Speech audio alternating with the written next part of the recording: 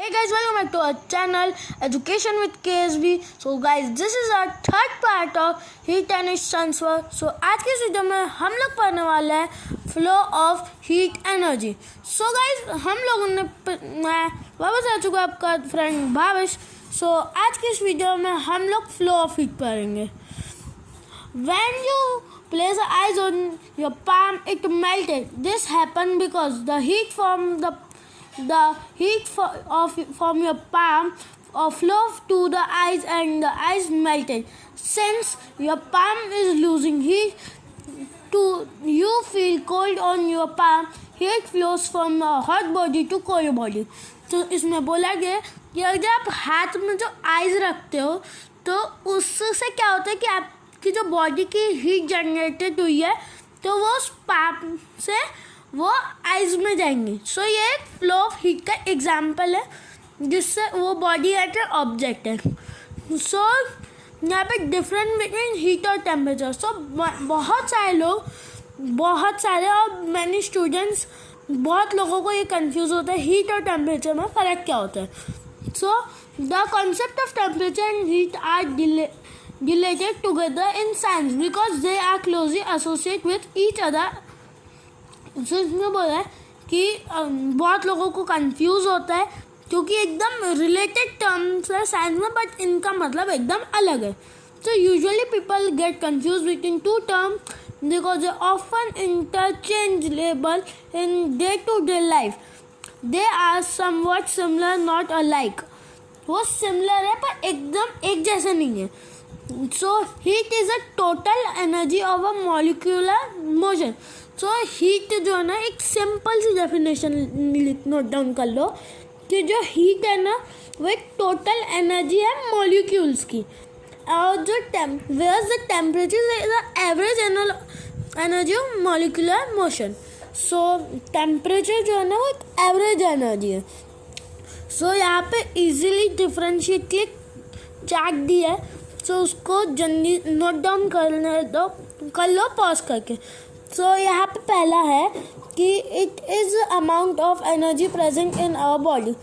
जो हीट है ना वो एक एनर्जी है जो हमारी बॉडी में प्रेजेंट है. और वही temperature it is the measure of a heat present in the body.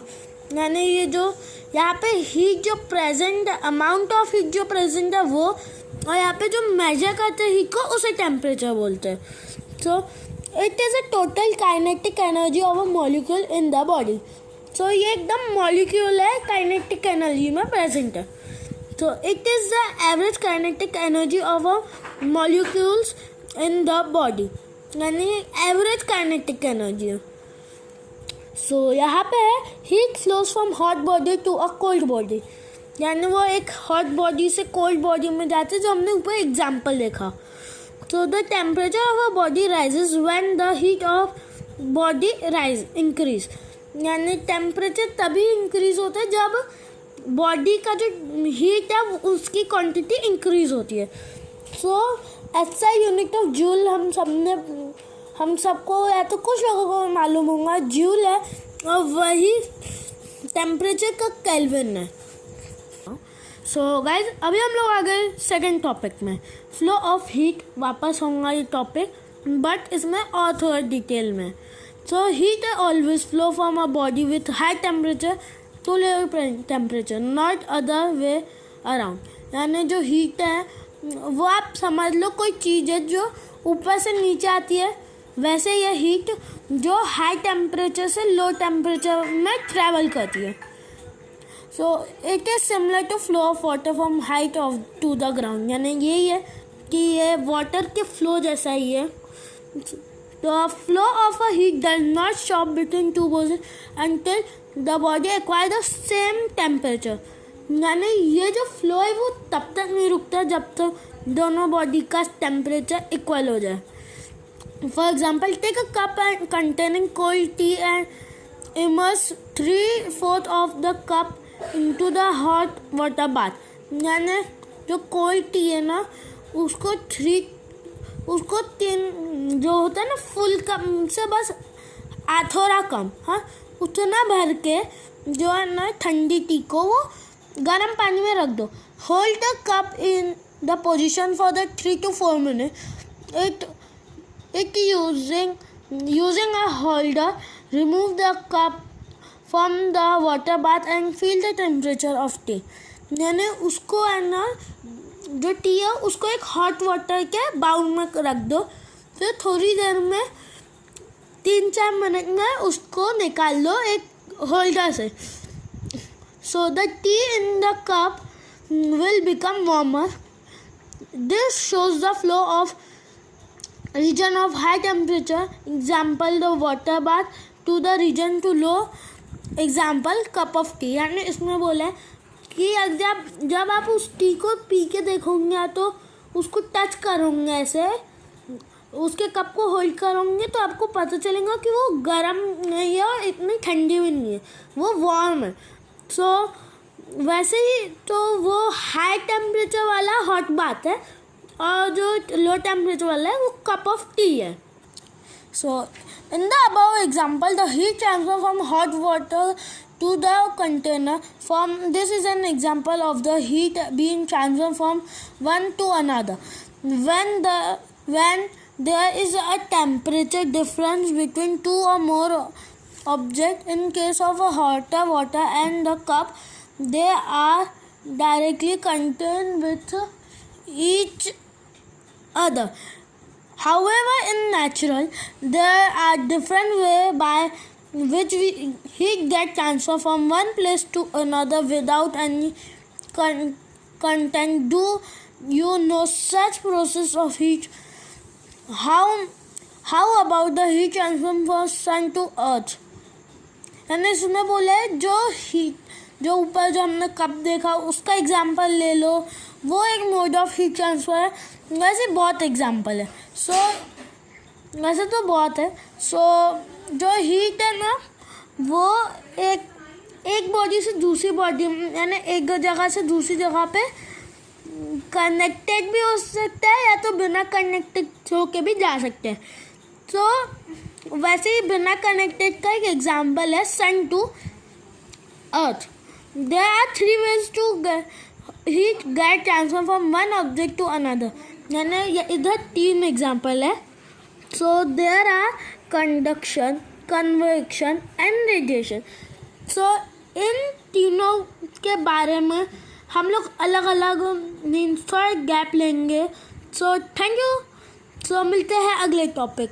तो गाइज अभी हम लोग आ चुके हैं सेकेंड टॉपिक है जो है कंडक्शन.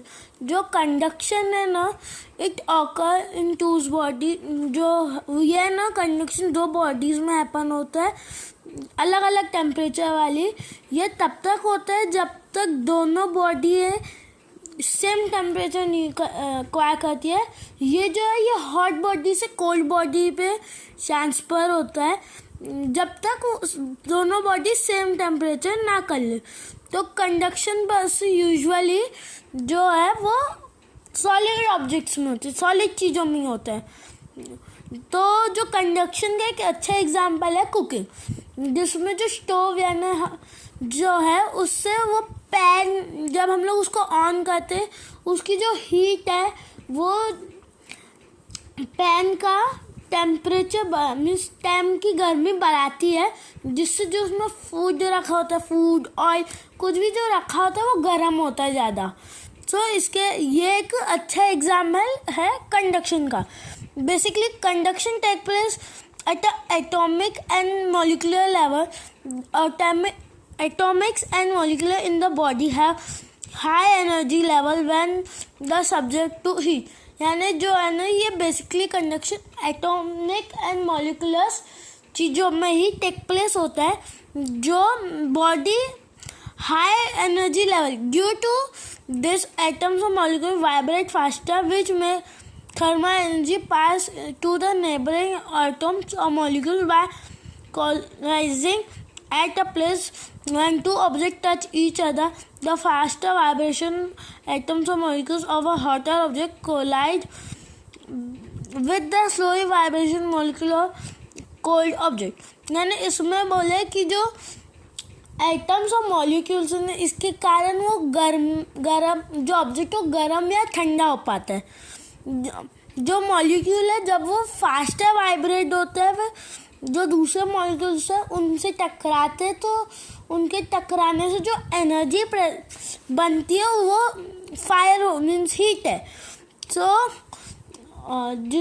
जब वो एक दूसरे ऑब्जेक्ट से टच होते हैं मॉलिक्यूल्स, सो वो जल्दी जल्दी वाइब्रेट होते हैं, जिससे टेम्परेचर बढ़ जाता है, यानी हीट की क्वांटिटी बढ़ जाती है।